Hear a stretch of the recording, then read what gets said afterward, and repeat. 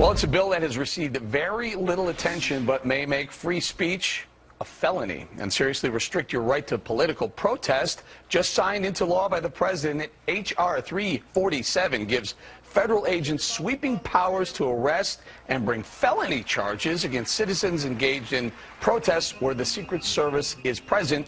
Joining us now with more, Fox News senior judicial analyst, good friend, Judge Andrew Napolitano. Judge, the thing that jumps out off the page, felony? Yeah, felony means more than a year in jail. This is not like a traffic ticket. For standing and protesting, the type of thing that for 230 years Americans took for granted because it was protected by the First Amendment, Congress shall make no law abridging the freedom of speech, has actually been abridged by legislation the president signed last Thursday, supported overwhelmingly by both parties, with very, very little public debate and very little debate in Congress. Basically allows Secret Service agents to decide where there are no free speech zones, not speech zones, no free speech zones.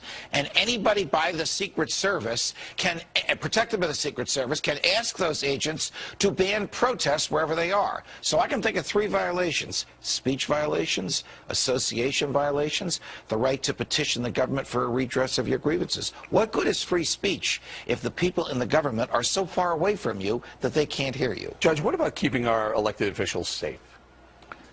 Keeping our elected officials safe is entirely different from insulating them from protest. The fact that the president is going to a hotel up the block should not bar you from standing across the street with a sign or with a bullhorn saying what you think about the president's policies. That is not a threat to him, and it is a part of American history since day one that we have the right to speak freely to, about, and against those in the government. Yeah, Judge, do you think this is going to be one of those laws that is on the books but not enforced?